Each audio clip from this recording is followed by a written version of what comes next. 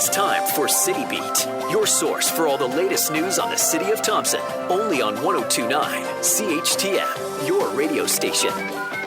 I'm Monika Gould, and this is City Beat. Joining me today is City Manager Gary Ceppetelli. Thanks for joining me. Good morning, Monika. If you have a question for the City Manager, you can call us at 677-8181 or email us at CHTM@arcticradio.ca to start what's been happening around the city. Well, first of all, I'd like to sort of send the regrets for Mayor Dennis Fenske for unable to attend today due to other work commitments. And a couple of things. Mayor Fenske has proclaimed the month of September as Prostate Cancer Awareness Month, and I'd also like to sort of recognize that today is World Suicide Prevention Day. A couple of things that really sort of from the city's perspective that are really ongoing at this point here, and remind all residents, I mean, obviously school is back in session. We have the school zones. A lot of the information has been out in the media over the last couple of weeks, and just sort of remind residents that all the elementary schools from 8 in the morning till 5 in the evening, Monday to Friday, are 30-kilometer zones. So please take care and caution. A number of young kids that are out there likely wandering all over the streets, so people need to be aware of that and sort of to ensure their safety. As well, I mean, obviously that we're in the part of the year that we sort of try to transition to a lot of our winter programs. From a recreation perspective, so you're starting to get a lot of that activity now sort of trying to sort of turn inside. A couple of notable events that are currently ongoing is that there's an adult acrylic painting workshop that's being hosted on September 22nd at the multipurpose room at the TRCC, as well as the Home Roots concert series is sort of getting off again in September. A couple other sort of notable events that are happening in our community in the next little while, as one is the YWCA's Walk a Mile in Your Shoes, which happens this Saturday, the 12th of September at 12 noon, and the Take Back the Night, which happens on September the 24th. Great. Now, to talk about construction, as you say, with the season changing, Cree Road is closed again. It was supposed to be open, but now it's looking like it's going to remain closed until paving is complete? That is correct. I mean, obviously that we have a couple of major capital projects that are ongoing right now. One is sort of the surface paving aspect, which is primarily on Cree Road. Once the transition from the underground works and excavations of the road base itself and the pouring of the concrete, there's a lull in sort of when the paving is to come in. The paving is slated to come in the third week of September to pave that road. And the intent was to try to open the road in the interim, but I mean, obviously with the weather that we had and the amount of damage that it caused on the road, it was in our best interest to reclose the road until the actual road is being paved. Okay.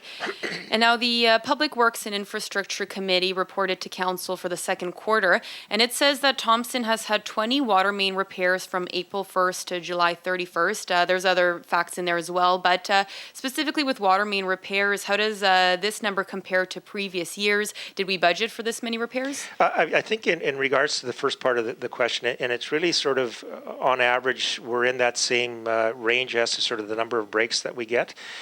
We typically get approximately 100 breaks a year, and they are half that are water main breaks and half that are water service breaks. So, I mean, we're likely in that ballpark as to the number of breaks. So we do sort of budget as part of the utility portion of the expenses for those things. I mean, so it's every year, depending upon some of the severities of those breaks, we can go over on the actual expenses. Now, Council also passed a resolution at the recent Council meeting on Tuesday that amended the Wi-Fi agreements between Shaw Cable Systems and the City of Thompson.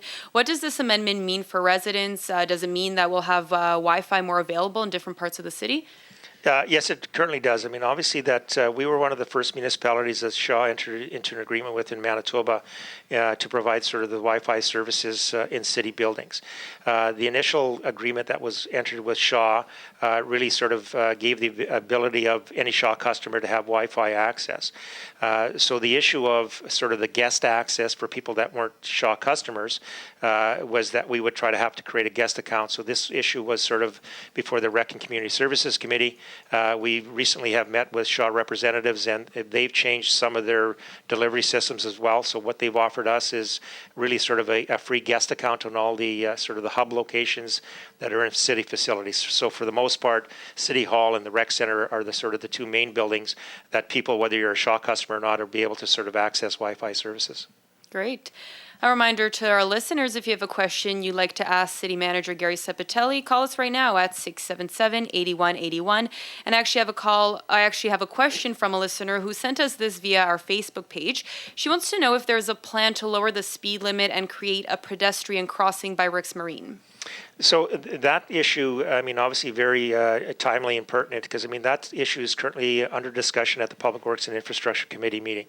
Right now is that we have a number of members that are on that committee, one being from Manitoba Infrastructure and Transportation. So right now they have undertaken a sort of a study on the counts of pedestrians at that location, and they will be doing sort of a revised study for that, and bringing the information back to the committee, and then once that information is brought to the committee will determine as to sort of what those next steps are as to whether it warrants either the reduction in speed in that specific area or the creation of a crosswalk. Now, garbage and recycle days. There seems to be two different versions of the garbage and recycle schedule, which has caused some confusion for residents. I've seen it on social media. We've even had calls from residents. Would you be able to shed some light about it? No, absolutely. So, I mean, the initial garbage schedule that's sent out in the mail to all residents, prior to the start of the year, contained an error in it. So we revised the schedule, resent out the garbage schedules to residents, and the current schedule, if people sort of are unaware as to sort of which is the applicable one, is I would refer them to the city's website under the schedules, and which would give the most recent garbage schedule. Mm-hmm. And just to add on to that, I know the City of Thompson Facebook page also usually has a post every day on what recycle day it is. So that's correct. Yeah. Now, tomorrow is the start of the Health and Leisure Mart. Just to remind residents, what is it all about, and when and where is it? Well, Health and Leisure Marts is one of our major events that happens on an annual basis, and really it gives an opportunity for a lot of the organizations to sort of get their product out there or their services that they offer, and also an ability to sort of sign up individuals for their programs for the coming season. Great. And it's happening Friday and Saturday. Friday and Saturday, yes. All right. And also another event tomorrow is the 9/11 Annual Memorial Parade. Can you tell us where and when it's happening? The parade has been happening for a number of years, and obviously what we're trying to do is sort of elevate sort of the exposure of it, and really the event sort of starts at the fire hall and proceeds to the Firefighters Memorial on Thompson Drive North. Okay, and before we wrap up, the Terry Fox Run, it's right around the corner. I know Mayor Dennis Fensky has been challenged to raise $1 for every resident. Can you tell us how that's been going? I think it's going well now. I mean, obviously is that the donations to either Mayor Fensky or to Thompson as a whole for donations for the Terry Fox Run are still encouraged, and so there's a through the city's webpage opportunity to sort of donate to that aspect. It was a challenge that was put out by a mayor in BC to for every community in Canada to sort of raise $1 for every citizen that there is in the community. Thompson, I mean, obviously with our population officially being 13,123, our goal is to raise $13,123. So I think that Thompson has always done well with donations overall in general, but hopefully that this year, just with the exposure of this being the 35th anniversary of the Terry Fox Run, hopefully that we meet our goal. Yeah, hopefully. Before we wrap up, anything else you wanted to mention? Well, I was just indicating, I mean, obviously, thank the residents of the City of Thompson for their patience for the construction that we've had in our community overall. A lot of it this year was concentrated on Cree Road, both from a surface construction aspect, but also sort of from the water main renewal aspect. So it's likely going to be something that is ongoing in the coming years, which is positive. I mean, obviously, that Council has put in a plan, a long-range plan, to sort of correct the infrastructure needs at the city moving forward. Great. Well, that's this edition of City Beat. Join us next Thursday around 11:30 for more on what's happening around the city and City Hall. For 102.9 CHTM, I'm Monika Gould. City Beat will be back next Thursday morning at 11.